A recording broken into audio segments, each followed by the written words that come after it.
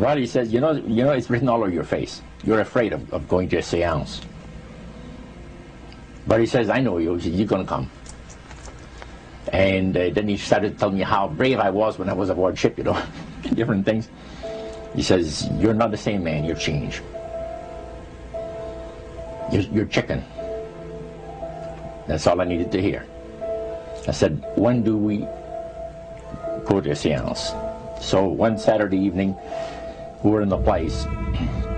It was the very first time. Very beautiful place. The medium was a lady. She had a gorgeous new home in Montreal. And there were about 20 invited guests there. I wish I was one of them. And she communicated with the spirits for different people there.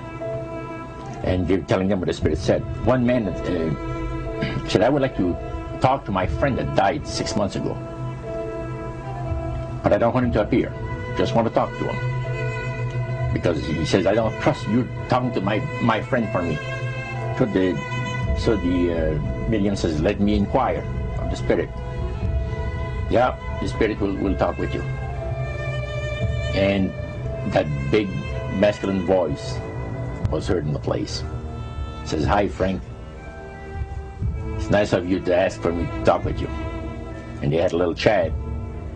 And after it was over, Frank says, this is the greatest thing on earth, to be able to talk with the spirits of the dead. Then the medium said, we have a very special surprise tonight for you people. A spirit will manifest itself openly here in a few minutes. And it's like a big gust of wind hit the building. And right through the wall. Now the lights weren't terribly bright, but they were like living room lights. A couple of floor lamps and maybe some of these. And that translucent being seemed to come right out of the wall. How did you feel right at that moment? It's almost like my heart stopped a little bit. You know, very weird feeling. So it was a lady in a beautiful evening gown, swirling. And she said to Mary, my dear sister, you are so wonderful to have asked for me. And Mary fainted and fell right off her chair on the floor. And a couple of guys jumped up and picked her up, and it's very gone. And that was the beginning of it. That's how you got into it. Yeah, that's the way I got into it. After a while, you see, there's something interesting about the human mind. You can adjust to an awful lot of stuff. You can adjust to a lot of things that would terrify you to begin with. After a while, they become common and ordinary. So you mean contact with the supernatural can become commonplace and ordinary and doesn't bother anybody? Yeah. In other words, the more that you do it, you're not uncomfortable. That's right. It's just not an uneasy feeling. Yeah. So how did you feel about it? Then I got into a secret society that worshiped the spirits, you see. Well, now how is that different from the seance, Roger? It happens that the seance are not involving in many ways. But when you get into a secret society of spirit worshippers, then, and especially when you're invited there by the direction of the higher-ups in the spirit world, you never get out of there alive. And this is exactly what my friend and I were up against. We didn't know anything about. And there was a very, very popular big band leader. Jazz musician? Band, yeah, very famous. And one night we went to one of these seances, and he was with his wife. So Roger, you're at this restaurant. What happened? We sat there, and we had our favorite alcoholic beverages, you know. And as we talked, the band leader says, he says, I want power. I go right to the source of power. And he says, how do you think that I became famous the way that I am?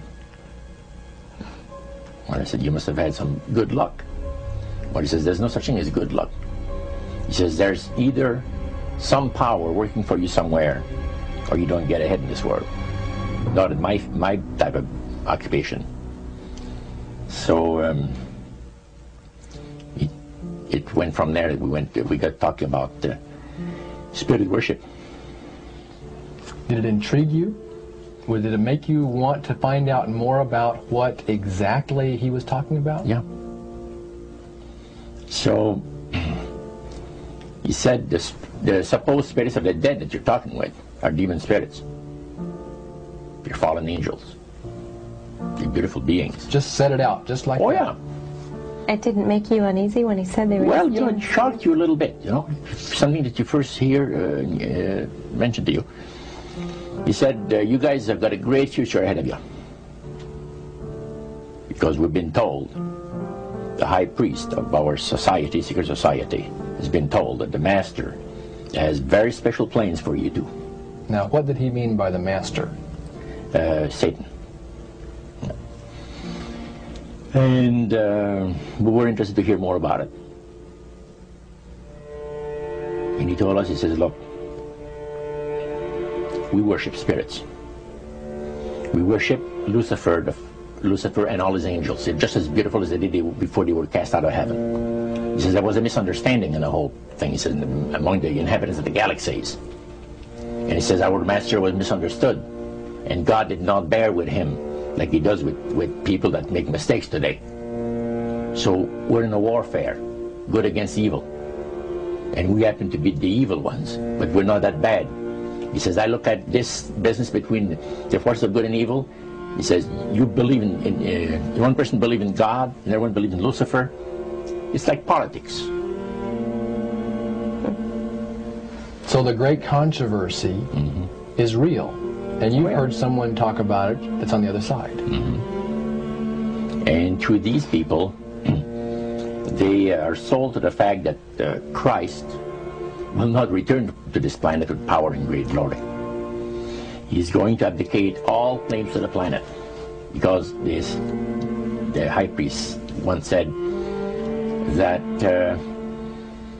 Christ will abdicate all claims to the planet because he knows that it is lawfully and rightfully Satan's. And at that time, he says, so the priest says, well now, he says, for those of you that are new, let me tell you that this is the most feasible way, he says, to please the spirits. It's to deride Christ and his people, you know, and his church and all that. So they sing out of Christian hymnals. They didn't sing Christian words to the hymns, however. Well, they changed a lot of them. Yeah. Not for it's a form of blasphemy. Yeah. Such as you see today in the rock music world. You see the entertainers, they have these crosses. The ladies got earrings, crosses. The guys got crosses. This is a form of blasphemy, a form of deriding Christ. You see. Spirits cause the people to do that, to find pleasure in wearing this type of emblem, which is the cross is the emblem of the crucifixion of Christ to the Christians. Better to reign in hell than serve in heaven, is that it? Why not? I'm here on the ground with my nose in it since the whole thing began. I've nurtured every sensation man has been inspired to have.